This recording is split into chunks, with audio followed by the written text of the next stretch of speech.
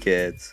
First star is gonna be Thubin, future North Star, past North Star, a great North Star, the best North Star. Now Thubin's pretty, dim to us with an apparent magnitude of 3.6457, but pretty far away, 303 light years that is. Oh, star type, white giant, because it's giant and it's white and it is hot. Sizzling for that fact, and a spectral class of A0, Roman numeral 1 times 3. This bad boy is called Edisich Holmes, Sherlock Holmes, Edisich. Edisich is an apparent magnitude of 3.29. It is 101.2 light years away, and it is one of them evolved giants. Spectral class at K2, Roman numeral 1, or I. Ya feel me, dog? This next star is called Gotham's Reckoning, because it's Aldebaran. Oh, fire! Psh, psh. Oh, anyway. Aldebaran has an apparent magnitude of 2.73, absolute magnitude of 0.58, distance, it's only right about around the block, playa, 92.1 light years, star type, evolved giant, spectral class, G8 to the 3rd, homie. Now we're climbing up on the dragon, up and around the hump to Aldebaran. Say that 3 times. Coming in dim with an apparent magnitude of 4.59. Distance 71.85 light years away.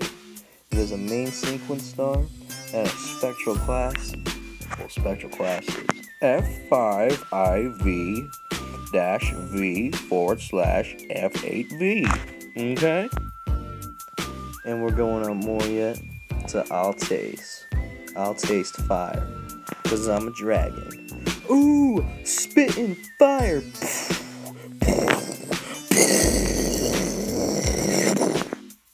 Now Delta Draconis, I'll taste, has an apparent magnitude of 3.07, absolute magnitude 0.62, 97.4 light years away. It is a yellow star and a spectral class of G9, Roman numeral I. Dog.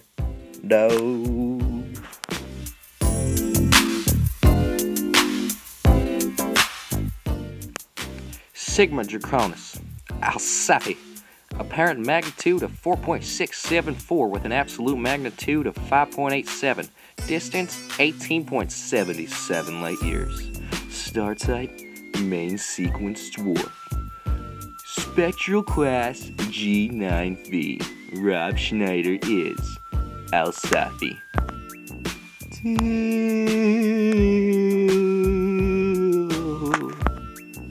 Teal has an apparent magnitude of 3.9974, okay?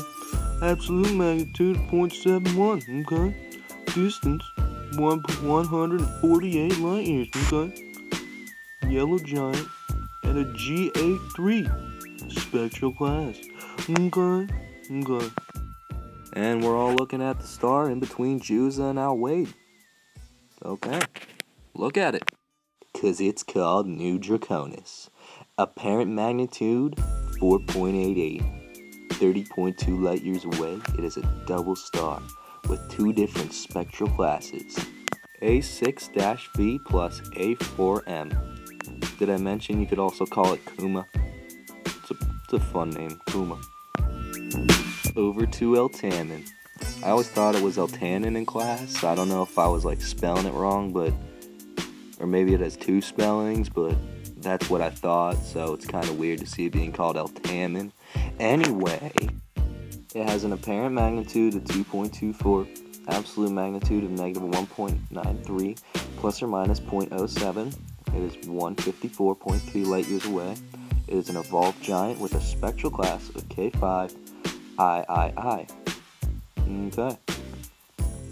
And next is Alwade. Yes, Alwade. Beta Draconis. Alwade. But that's not all. That's not all.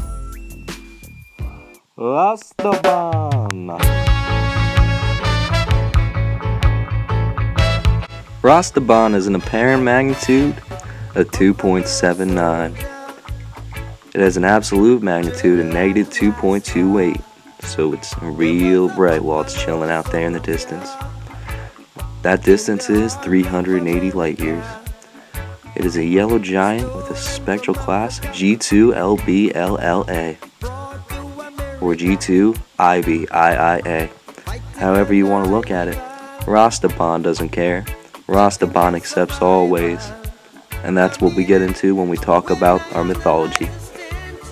An ancient mythology about the Rasta dragon of Rastaban.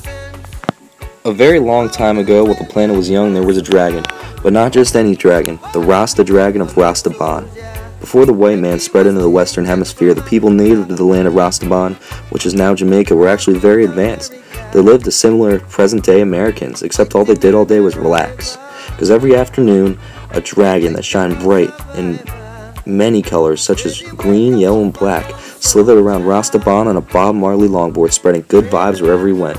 He really liked beanie hats and long hair. If one of the homies that lived in Rastaban was having a bad day, Rastaban would just come through.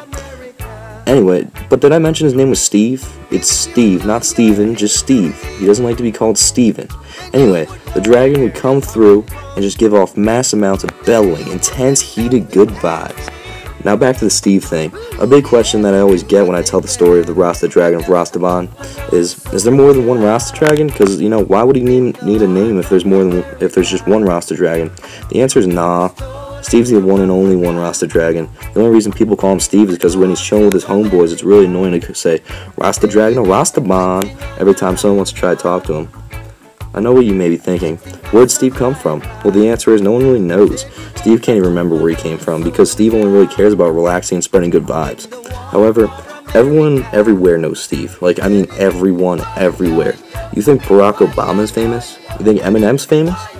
Well, people from the Andromeda to the Whirlpool and throughout virtually every galaxy in the observable universe are chill with Steve.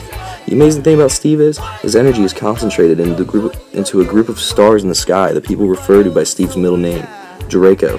Steve Draco Rasta Dragon of Rastaban is his full name, in case you were wondering. This energy allows Steve to be in multiple places at once, so a mass amount of good vibes are spread. This is also why Draco exists, because of Steve. So next time you feel stressed out, go outside, look up, and say, "Help a brother out, Steve!" Other deep sky objects in Draco include the Cat's Eye Nebula, NGC 6543, a planetary nebula some 3,300 light years distant. It's one of the deep sky objects located within the constellation. Others include the Draco Dwarf Galaxy, a satellite of the Milky Way, and the galaxy NGC 5866. The end. I'm done. Good night. Bedtime.